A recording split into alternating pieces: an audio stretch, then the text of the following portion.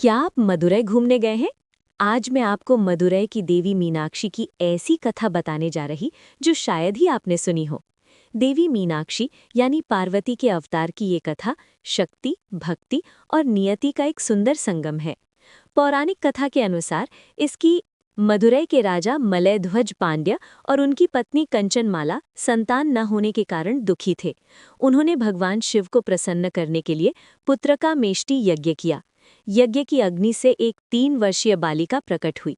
वो साक्षात देवी पार्वती का अंश थी, लेकिन उसमें एक विचित्रता थी। उसके 3 स्तन थे। राजा और रानी ये देखकर भयभीत हो गए कि समाज उनकी पुत्री को कैसे स्वीकार करेगा।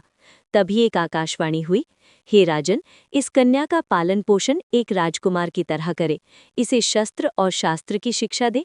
जब ही अपने जीवन साथी यानी भावी पति के सम्मुख आएगी, तब इसका 3रा स्तन स्वयं विलुप्त हो जाएगा। राजा ने अपनी पुत्री का नाम तड़हदकाई रखा, जिन्हें बाद में मीनाक्षी कहा गया। उन्हें युद्ध कौशल, राजनीति और घुड़सवारी में निपुण बनाया गया। पिता की मृत्यु के बाद वो मदुरै की शासिका बनी। उन्होंने अपनी सैन्य शक्ति बढ़ाने के लिए दिग्विजय की यात्रा शुरू की।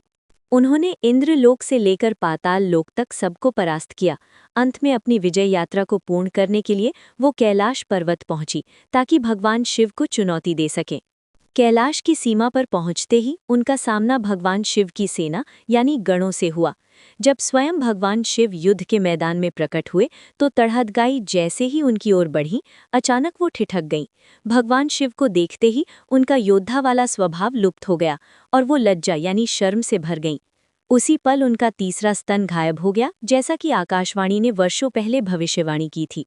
तड़हदकाई को तुरंत बोध हो गया कि वो स्वयं देवी शक्ति हैं और शिव उनके स्वामी हैं। भगवान शिव ने उन्हें बताया कि वो 8 दिन बाद मदुरै आएंगे और उनसे विवाह करेंगे। भगवान शिव सुंदरेश्वर के रूप में मदुरै पधारे। भगवान विष्णु ने स्वयं अपनी बहन मीनाक्षी का कन्यादान किया। ये विवाह ब्रह्मांड का सबसे भव्य विवाह माना जाता है, जिसे आज भी मदुरै में चितिरई तिरुविजा उत्सव के रूप में मनाया जाता है। आध्यात्मिक दृष्टिकोण से 3रा स्तन देवी की अपार शक्ति और उनके योद्धा स्वरूप का प्रतीक था। भगवान शिव यानी पुरुष से मिलने के बाद वो शक्ति शांति और वात्सल्य में बदल गई, जो इस बात का प्रतीक है कि शक्ति और शिव एक दूसरे के पूरक हैं। शुभ जानकारी बांटने से पुण्य और लक्ष्मी दोनों बढ़ते हैं। इस पोस्ट को शेयर करें और अपने परिवार का भाग्य बदलें, और वीडियो को लाइक करें ताकि ऐसी ही रोचक कहानियां हम आपके लिए लाते रहें। धन्यवाद।